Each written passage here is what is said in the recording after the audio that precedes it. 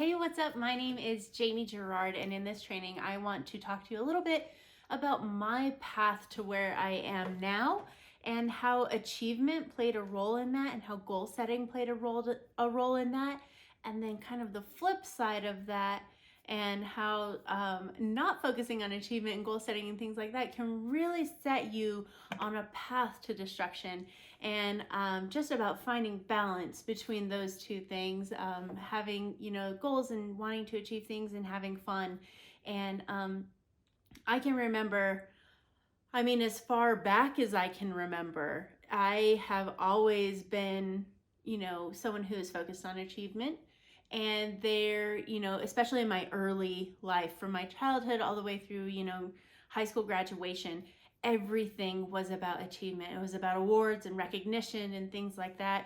I played sports and I wanted to be excellent at that. I competed in rodeo queen pageants and I wanted to win.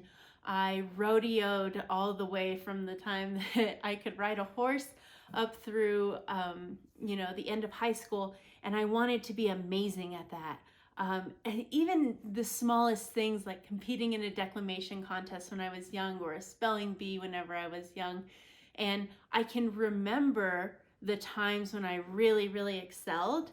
And I can also remember the times when I didn't win, or I didn't achieve, or I didn't accomplish what it was I was going for, and how devastating that was to me. And so, I grew up in a house with 3 other siblings.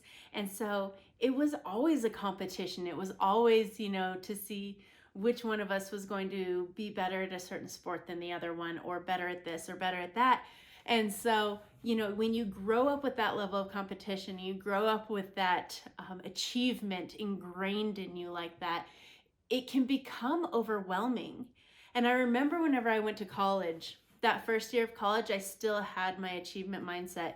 It had followed me. I had established habits in that achievement mindset that I took with me to college, and I did amazing. That first year, I made the dean's list. I held a state office in a leadership organization, and I knocked it out of the park. And then after that, after I was finished holding that office, I felt this huge sense of relief, this sense of like, okay, nobody is watching anymore. What if I just had fun? And that's what I did. I had fun. I partied. I was drinking. I was dabbling in drugs. I was living completely recklessly. And I remember coming to this point, I did that for years, maybe 5 years or so, and I kept changing my degree and trying to figure out where it was that I was going. And I didn't have that, goal that I was working toward that I had always had before in my life. And without it, I was lost. I was completely lost. And so I remember getting to a point when I was maybe 24, 25, when I kind of looked in the mirror and thought to myself, what am I doing? Like, this is not who I am. This isn't who I want to be. I want to have a different life. And I had no idea how to get it back on track. And so I went back to what I knew. I went back to my roots of competition, and I ended up taking time off of school, and I started training to compete in a state rodeo pageant. And I trained really hard, and I competed in that pageant, and I won. And I had this amazing year where I traveled around the state of New Mexico, and I represented everything that I love, the Western way of life and rodeo and, country living, all of these things. And it was amazing, and it was exactly what I needed to pull me back to a place where I knew I could function from. And so after that, I decided to compete in a national pageant. And it was kind of something that I wanted to do, but it wasn't something that was all consuming for me like other things had been, because I knew that I was ready to move on. I was ready to go back to school. I was ready to move on, get my education, and, start living that portion of my life, my grown-up life.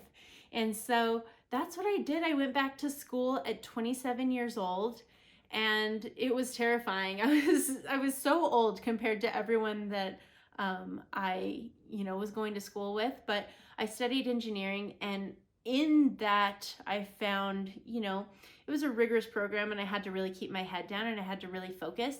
But I did find that balance of achievement and fun, which was something that I was looking for my entire life, was just finding that balance. And so I took that, I built a family on that balance. I've built a career on that balance. And now I'm building what you and I are doing right here on that, which is saying, goal setting is important, but you have to be able to maintain it. It has to be a lifestyle shift, and you can change any part of life that you want to, as long as you follow the right steps and you have the right things in order. So I think that this is a really good time for us to jump over, and I want to talk to you about goal setting. And I think a lot of people think that they know, this is exactly how I set goals and then I achieve them. And, if you had asked me when I was younger, what are the steps that you take to accomplish a goal? I would have said, you decide what it is that you want, and then you put your head down and you work really, really hard in order to get it. And that's not it. That can't be the process. And I was following the process most of the time, but I was also young and I had a lot of help in a lot of areas. And I think whenever I went to college, I didn't have that same support system that I did when I was younger. And that's why maybe it wasn't as easy for me to stay on track. So the first thing that we'll talk about is, this is your main goal that you are looking for, okay? And when you're setting a goal, a lot of people, like I said, I work with women who are on a weight loss journey. And a lot of women, especially, will set a goal that says, I want to lose, X amount of pounds. I want to lose the weight that I gained in pregnancy, or I want to lose the weight that I gained in college, or they assign this number to it. And that's okay. It's okay to do that. But you have to understand that that's your outcome goal. That is, something that you're looking toward in the future, and you're saying, okay, well, I want to hit this metric, and that's fine. You have something to measure against, but your outcome goal can't be the end all be all, okay? It's a nice thing to have, but what you really, really want is this. This is your process goal. And there's three things that I really think rank so high when you're setting your process goal. This isn't the only thing. These aren't the only things that you need to evaluate, but if you evaluate these three things, you will have an excellent process to follow. Okay, so usually there's something that you have to sacrifice in order to reach your goal. When I went back to school, what I had to sacrifice was, spending nights out. I had to sacrifice a lot of the time that I spent with my friends. I had to sacrifice a lot of the time that I was pouring into a relationship or things like that. There were things that I had to sacrifice in order to get to this outcome. The other thing that I had to think about was habits that I needed to establish. So what you're going to give up and what you're going to replace that time with. So if my habits were that, from 5 p.m. to 9 p.m. every night, I spent it studying or doing homework, that was what I had to do. If I had to wake up earlier because I had a 7 a.m. class that semester, that was something that I had to do. And whenever you have an outcome goal, that's a stretch goal. It took me 3 years whenever I went back to school to get my bachelor's degree. It was something that was always changing. So these habits were something that I had to shape and mold, and they might look different from semester to semester. So the last thing was I had to have support. And this is something that I am huge on, because anytime you're pushing for something, like right now, I'm pushing to kind of move my life in a direction where I'm more in a teaching space. I'm more in, a speaker space, things like that. I want to help the people that I know how to help. and I want that to produce some sort of income for me. So in order to do that, I have to take time out of my day to lay out the foundation for these videos, to actually film these videos, and then to get them out into the world. And so whenever I'm doing that, I'm sacrificing time with my family. And in that time, I'm replacing it with this work time. And I have to have support. My husband is an amazing support system. My in-laws are an amazing support system. My mom's an amazing support system, who come together and they help with my child, because when I'm sitting here and I'm talking to this camera, I'm talking to you, my son is not in the room. You can notice there's not a toddler in here right now that's, asking to watch Blippi. It's something that I have to take from my family, and they have to fill in the gaps for me. So you have to have that support if it's like a big thing that you're trying to change in your life. And don't underestimate that. And don't underestimate how important it is to have a partner or a community or someone, a friend, who actually really, really supports the things that you're trying to achieve in life. It is by far and away the most important piece of the puzzle. So this is your goal. This is the goal that you're going to set. This is the process that you're going to set. And then down here, the next step is to develop an action plan.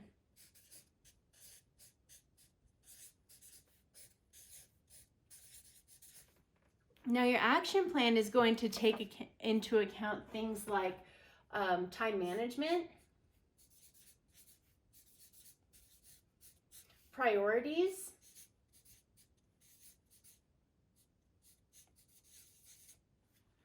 things like that. Things whenever you are looking at your day-to-day schedule and you say to yourself, okay, what time do I need to wake up tomorrow in order to get everything on my list that has to be done tomorrow accomplished? What time will I have to get up if I want to work out in the morning? What time will I have to get up if I want to, study before an exam? All of these things are going to play a part. So everything that you, especially these habits that you're forming, you have to plan time in your day in order for you to establish those habits. And the biggest thing that I see go wrong whenever people are trying to implement habits into their life is they say things like, I see this all the time with New Year's resolutions. People will say, I want to lose weight.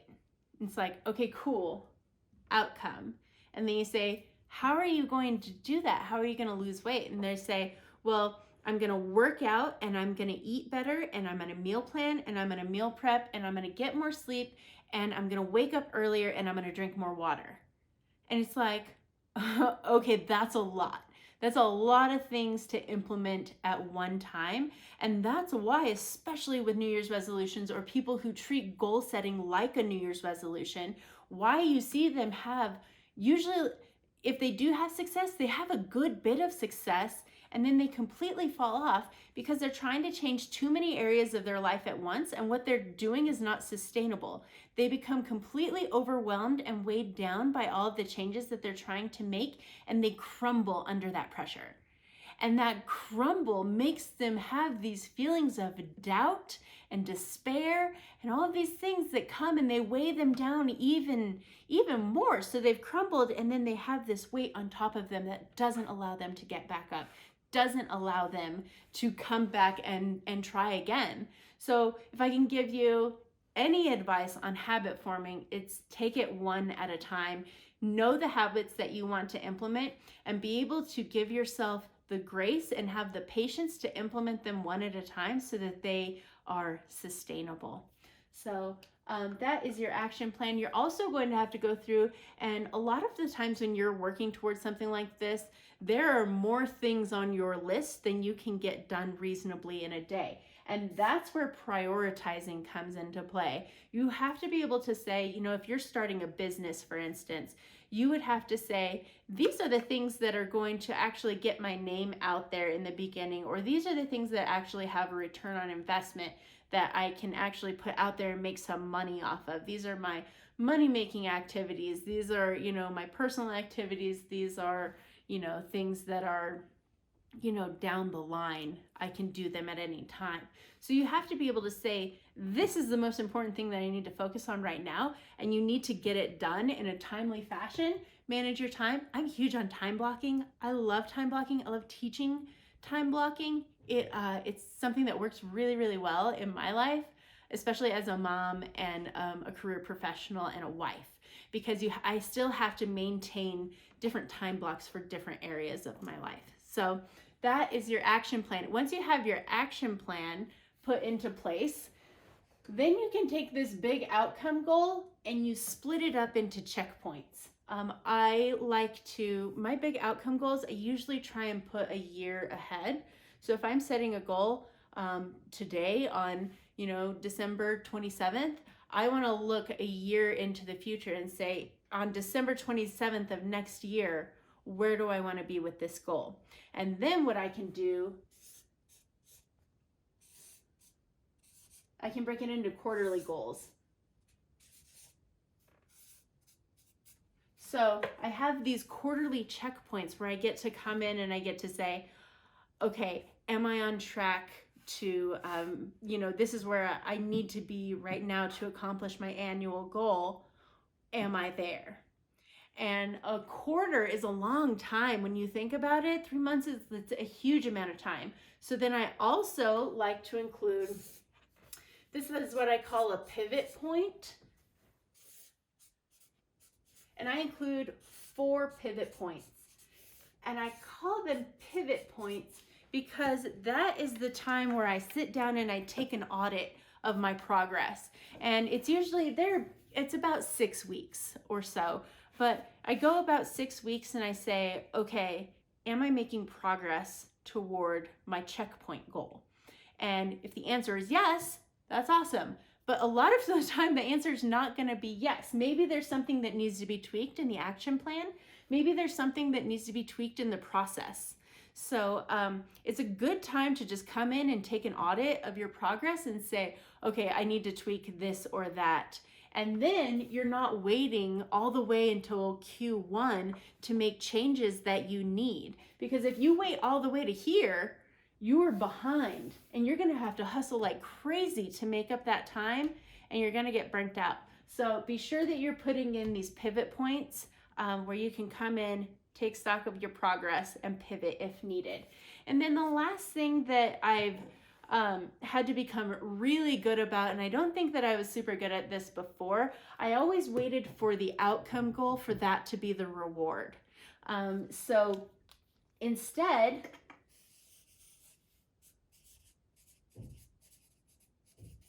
I do rewards for every one of the checkpoints. And the rewards become more enticing the further I make it into my goal. So I did it with stars. So I would get, 1 star's worth of reward, and then 2, and then 3. And then the outcome goal, when you do achieve that one, you're going to get obviously the success of hitting the outcome goal, but you're also going to reward yourself with something else.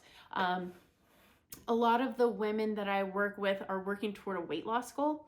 And so if what they struggle with is coming up with rewards that aren't like food or drink or something like that, something that's going to take away from their progress, something like that. So just be on the lookout for that. I try to keep food and drink out of the reward category in general, no matter what the outcome I'm looking for is. But that's completely up to you what you decide to be your rewards. But I can tell you, implementing this process into my life over the last, 8-9 years has been a complete and total game changer for me. It has taken the pressure off of saying I'm only shooting for this, and making it more fluid and making it more of a piecewise, step-by-step process where I know exactly where I'm going. I mean, you could do an outcome goal that's 30 days, and you could have, weekly checkpoints, basically, right? This could be week 1, week 2, week 3, week 4. you could do that too. This works, it breaks down for anything. So use it for a stretch goal, use it for a short-term goal, whatever it is that you want to do. But just know that you have to have that balance between working toward achieving something and actually having fun in your life. Because if I have learned anything throughout, these 34 years of this roller coaster of achievement and failure, what I've learned is that if you don't enjoy the journey to get to here, you will never enjoy being here. You won't know how to do it. So, if you're trying to lose weight and you're miserable all the way through here, when you get to your outcome goal, you may look in the mirror and you may be like, okay, yeah, my body looks good, but you won't be happy in your life because you still feel like you're being deprived of things. And so, if I can say anything, it's find a way to enjoy the process. And that way, whenever you get to here, you will already know what the next big goal that you're going to set is. I always have one or two big goals that I'm working toward. And it keeps me going, it keeps my life interesting, and it always keeps my life moving forward. So that's something I really want for you, and I want you to be happy along the way. So I hope this is helpful for you. If you have any questions or anything like that, you can reach out to me on social media, Instagram at Jam Gerard or Jamie Gerard Wellness on Facebook. All right. I thank you very, very much for hanging out with me, and I hope you are ready to go set some goals. Can't wait to see what they are.